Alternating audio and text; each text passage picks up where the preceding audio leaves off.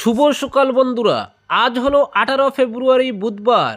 আজকের সকালের বিশেষ বিশেষ খবর হলো বুটের বাজার আগেই সেরে নিয়েছে সরকার। বিভিন্ন প্রকল্পে প্রায় 2 কোটি সুবিধাভোগী সৃষ্টির কাজও প্রায় শেষ।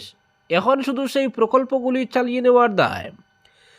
তাই আগামী অর্থ বছরের প্রথম 4 মাসের জন্য অন্তর্বর্তী বাজেট পেশ করে সুবিধাভোগীদের প্রতি দায়বদ্ধতার প্রমাণ রেখেছেন অর্থমন্ত্রী অজন্তা নেওগ।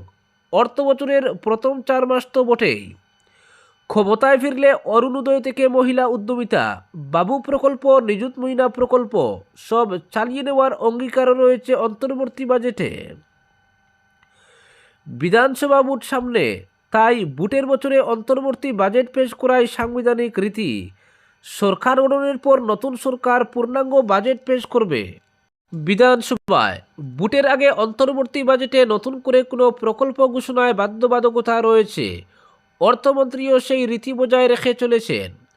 মঙ্গলবার বিধানসভায় দাখিল করা 2026-27 অর্থ বছরের প্রথম 4 মাসের জন্য যে আয় ব্যয় পেশ করেছেন, তাতে নতুন করে প্রকল্প ঘোষণা করেননি, বরং চলতি উন্নয়নমূলক প্রকল্পগুলির সার্থকতা বর্ণনা করেছেন প্রতিটি সূত্রে।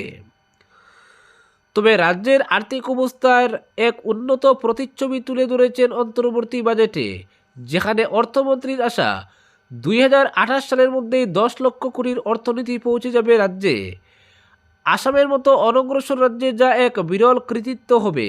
বাজেট ভাষণে অর্থমন্ত্রীর দাবি, বিজেপি সরকারের আমলে রাজ্যের বাজেটের আকার বেড়ে হয়েছে দ্বিগুণ। 2015-16 অর্থ বছরে বাজেট ছিল 72,573 কোটি টাকার, কিন্তু 2025-26 বছরে বাজেটের পরিমাণ দাঁড়াবে 2 লক্ষ কোটি টাকা। বাজেট বরাদ্দ ব্যয়ের পরিমাণও বেড়েছে ব্যাপকভাবে।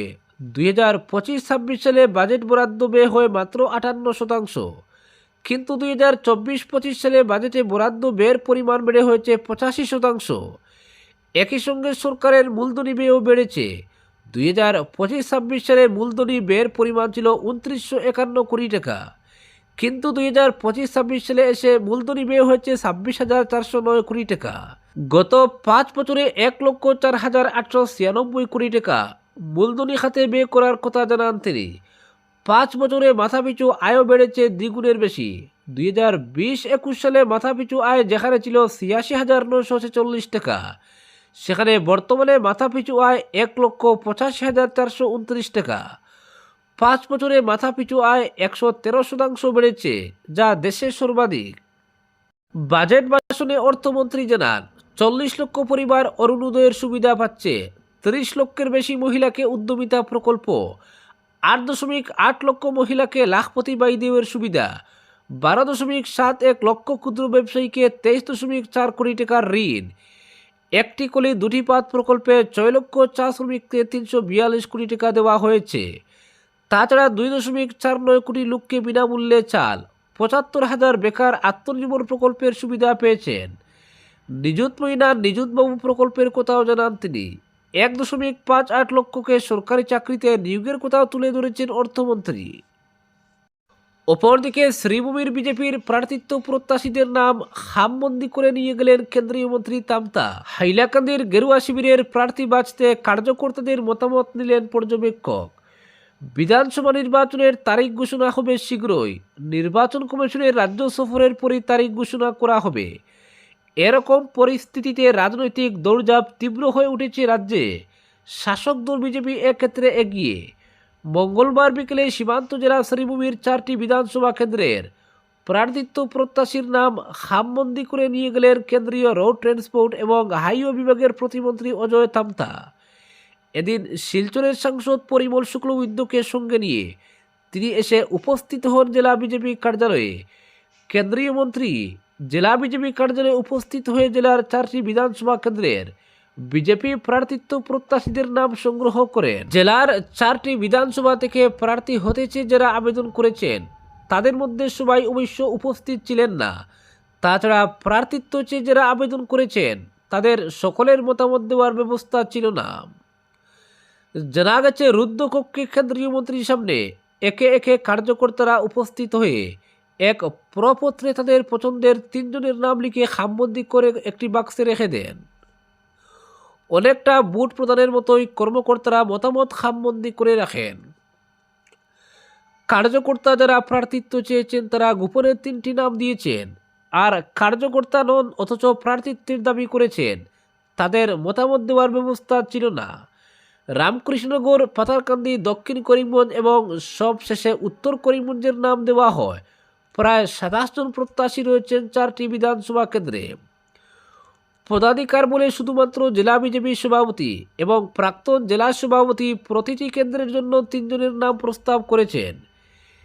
এছাড়া প্রদেশ কমিটির সদস্য, প্রতিটি মণ্ডলের পদাধিকারী ও যুব মোর্চা, মহিলা মোর্চা, এসসি মোর্চা, এসটি মোর্চা, সংখ্যালঘু মোর্চার সহ 8টি মোর্চার সভাপতিরাও পছন্দের 3 জন প্রার্থী প্রত্যাশীর নাম বন্ধ খামে লিখে দিয়েছেন।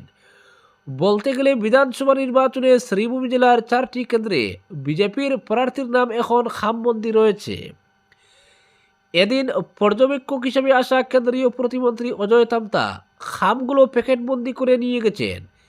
তিনি বলেন, জেলা কার্যকর্তাদের মতামত প্যাকেটবন্ধ অবস্থায় প্রদেশ ইলেকশন কমিটির কাছে জমা করা হবে। বন্ধ খামে কী রয়েছে সেটা তার জানা নেই। প্রদেশ ইলেকশন কমিটির 3 জনের প্যানেল এখান থেকে প্রার্থীর নাম সিলেক্ট করে কেন্দ্রীয় কমিটির কাছে পাঠাবেন। চূড়ান্ত সিদ্ধান্ত হবে সেখানে, বলেন বিজেপির সংগঠন ভিত্তিক দল, তাই মতামতের উপর গুরুত্ব থাকবে। তিনি জানান, দলীয় নেতৃত্ব তার উপর যে দায়িত্ব দিয়েছেন তিনি সেটা পালন করেছেন। বন্ধ খামে প্রার্থীদের নাম নিয়ে বিকেলে তিনি হাইলাকান্দি অভিমুখে রওনা হয়ে যান। জেলা বিজেপির সভাপতি সঞ্জীব বণিক জানান, কেন্দ্রীয় মন্ত্রীর কাছে গোপনে কার্যকর্তারা তাদের পছন্দের প্রার্থীর নাম দিয়েছেন। জেলা সভাপতি এবং প্রাক্তন জেলা সভাপতি ছাড়া পদাধিকারীরা যে কেন্দ্রের শুধুমাত্র সেই কেন্দ্রের পছন্দের প্রার্থীর নাম দিয়েছেন।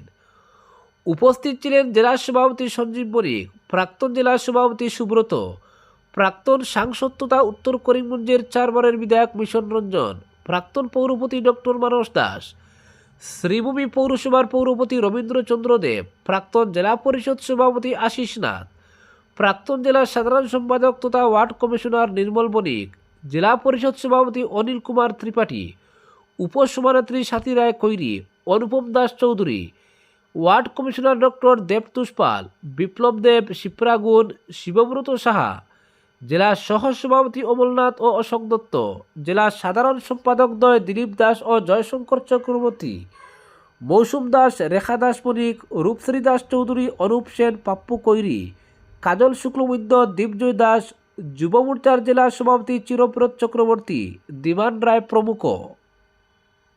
অপরদিকে বরাকের রাজনৈতিক জল্পনা তুঙ্গে, 3 বিধায়কের অতুল কেশবের সঙ্গে সাক্ষাৎ।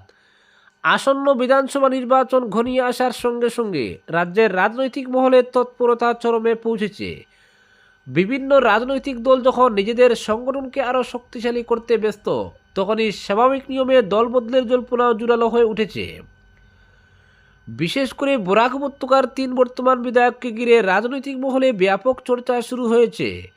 সূত্রের খবর, এই 3 বিধায়ক নিজেদের রাজনৈতিক ভবিষ্যৎ নিয়ে নতুন করে ভাবনা চিন্তা করছেন এবং ইতিমধ্যেই বিভিন্ন রাজনৈতিক দলের শীর্ষ নেতৃত্বের সঙ্গে যোগাযোগ রক্ষা করছেন। হাইলাকান্দি জেলার আলগাপুর বিধানসভা কেন্দ্র থেকে 2021 সালে এআইইউডিএফের টিকিটে দ্বিতীয়বার নির্বাচিত হয়েছিলেন হাজী নিজামুদ্দিন চৌধুরী। তবে প্রায় 1.5 বছর আগে দলের সুপ্রিমো মৌলানা বদরুদ্দিন আজমল তার বিরুদ্ধে অন্য দলের সঙ্গে ঘনিষ্ঠতার অভিযোগ তুলে কারণ দর্শানোর নোটিশ পাঠানোর পর থেকেই দলের সঙ্গে তার দূরত্ব বাড়তে থাকে। এরপর তার রাইজর দলের সঙ্গে ঘনিষ্ঠতা নিয়ে রাজনৈতিক মহলে জোর আলোচনা শুরু হয় এবং তিনি রাইজর দলে যোগ দিতে পারেন বলেও জল্পনা ছড়ায়। সীমানা পুনর্নির্ধারণের পর আলগাপুর কাটলেচড়া নতুন আসন গঠিত হয়। আগামী নির্বাচনে তিনি রাইজর দলের প্রার্থী হিসেবে লড়বেন বলেও তার অনুগামীরা আশা করেছিলেন। তবে সাম্প্রতিক রাজনৈতিক পরিস্থিতিতে সেই সম্ভাবনা অনেকটাই বদলে গেছে। মঙ্গলবার তিনি সোনার বিধায়ক করিমউদ্দিন ভুঁইয়া এবং দক্ষিণ করিমগঞ্জের বিধায়ক সিদ্দিক আহমেদের সঙ্গে একযোগে আসাম গণ পরিষদের সভাপতি তথা মন্ত্রী অতুল বোরা এবং দলের কার্যকরী সভাপতি কেশব মহন্তের সঙ্গে সাক্ষাৎ করেন। এই বৈঠকের পর রাজনৈতিক মহলে জোর জল্পনা শুরু হয়েছে যে হাজী নিজামুদ্দিন চৌধুরী রাইজর দলে নয় বরং অগপে যোগ দেওয়ার পথে এগোচ্ছেন। উল্লেখ্য, এর আগেই তার ঘনিষ্ঠ সহযোগী এবং আলগাপুর কেন্দ্রের এআইইউডিএফ সভাপতি জামালউদ্দিন ভুঁইয়া অগপে যোগ দিয়েছেন। অন্যদিকে কাছাড় জেলার সুনাই বিধানসভা কেন্দ্র থেকে 2021 সালে এআইইউডিএফের প্রার্থী হিসেবে নির্বাচিত হন করিমউদ্দিন। তিনি বিজেপির প্রার্থী এবং বিধানসভার তৎকালীন উপাধ্যক্ষ আমিনুল হক লস্করকে পরাজিত করে বিধানসভায় পৌঁছেছিলেন। তবে আসন্ন নির্বাচনের আগে নিজের রাজনৈতিক অবস্থান আরও শক্তিশালী করতে তিনিও দল পরিবর্তনের পথে হাঁটছেন বলে রাজনৈতিক মহলে জোর আলোচনা চলছে। অতুল বোরা ও কেশব মহন্তের সঙ্গে তার সাম্প্রতিক বৈঠককে কেন্দ্র করে ধারণা করা হচ্ছে খুব শীঘ্রই তিনি আনুষ্ঠানিকভাবে অগপে যোগ দিতে পারেন। একইভাবে দক্ষিণ করিমগঞ্জের বিধায়ক সিদ্দিক আহমেদের ক্ষেত্রেও দল বদলের সম্ভাবনা জোরালো হয়েছে। তার রাজনৈতিক জীবন শুরু হয় সমতা পার্টির মাধ্যমে প্রাক্তন কেন্দ্রীয় রেলমন্ত্রী জর্জ ফার্নান্ডেজের নেতৃত্বে। পরে তিনি আসাম প্রদেশ কংগ্রেস কমিটিতে যোগ দেন এবং কংগ্রেসের টিকিটে নির্বাচিত হয়ে মুখ্যমন্ত্রী তরুণ গগৈর মন্ত্রিসভায় মন্ত্রী হিসেবেও দায়িত্ব পালন করেন।